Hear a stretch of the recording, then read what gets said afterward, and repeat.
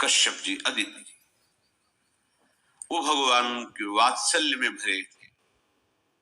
प्रभु जब प्रकट हुए तो उनसे कहा, मुझे आप जैसा पुत्र चाहिए।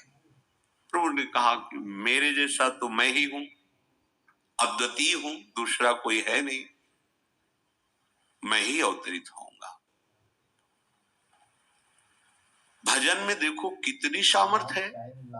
जगत पिता को पुत्र रूप में प्राप्त कर रहे हैं।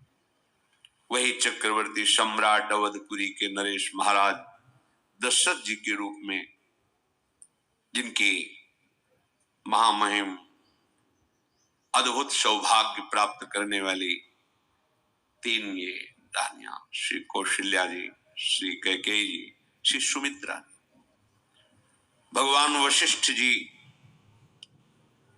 इनके गुरुदेव हैं। प्रायः बड़े बड़े महान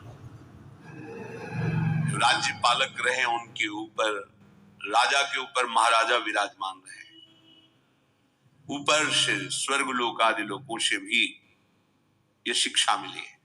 देवराजेंद्र तो भगवान बृहस्पति, दैत्यराज बलि तो भगवान शुक्राचार्य, जनक जी तो सदानंद जी महाराज, दशरथ जी तो वशिष्ठ जी महाराज।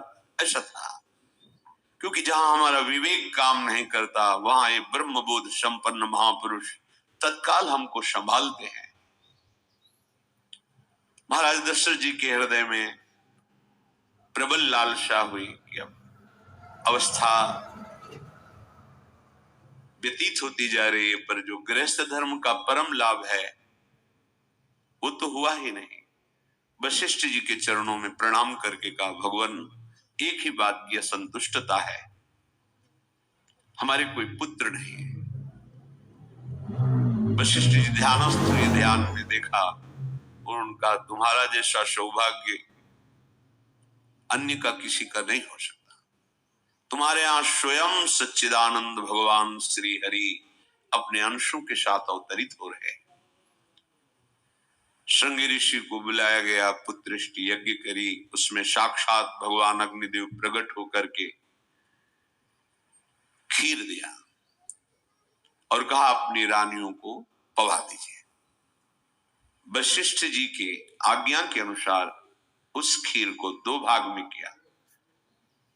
प्रथम भाग श्री कौशल्या जी को दिया, जो दूसरा भाग था उसके दो भाग किए, उसका एक भाग कैकेयी जी को दिया। अब जो